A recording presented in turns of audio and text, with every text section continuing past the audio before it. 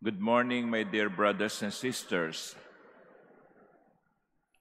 Our gospel this morning is a reminder to all of us to avoid the danger of self-congratulations, congratulating ourselves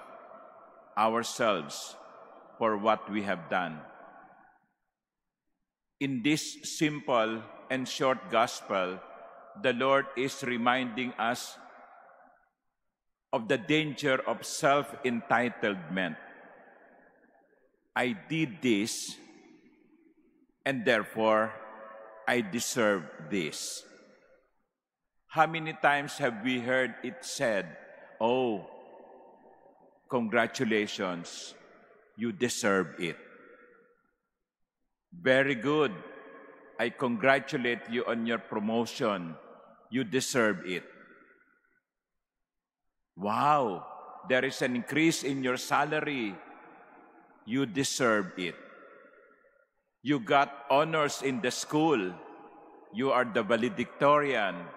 You deserve it." That is the mentality that sometimes creeps in. I deserve this. In the gospel, the Lord is very clear.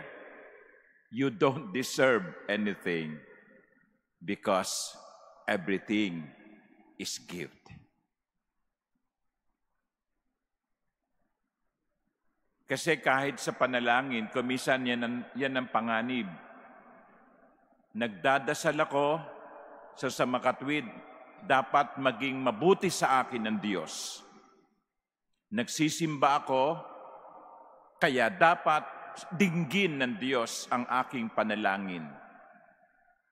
Kaya kapag hindi binibigay ng Diyos ang ating hinihingi, nagtatampo tayo. Kapag tayo'y nagkakasakit, sumasama ang loob natin sa Diyos at sinasabi natin kuminsan, bakit ganun? Nagdadasal naman ako Nagsisimba naman ako Bakit nangyayari ito sa akin?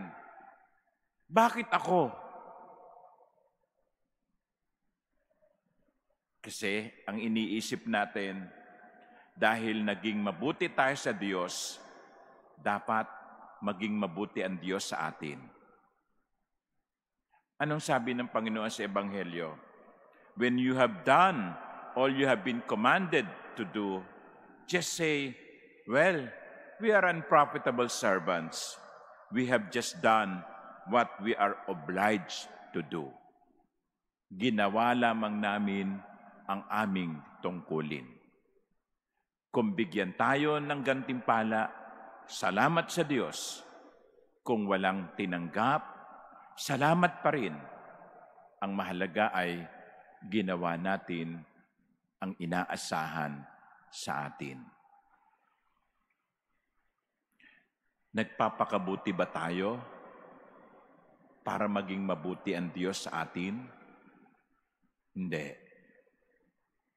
Naging mabuti ang Diyos sa atin, kaya tayo nagpapakabuti. Amen.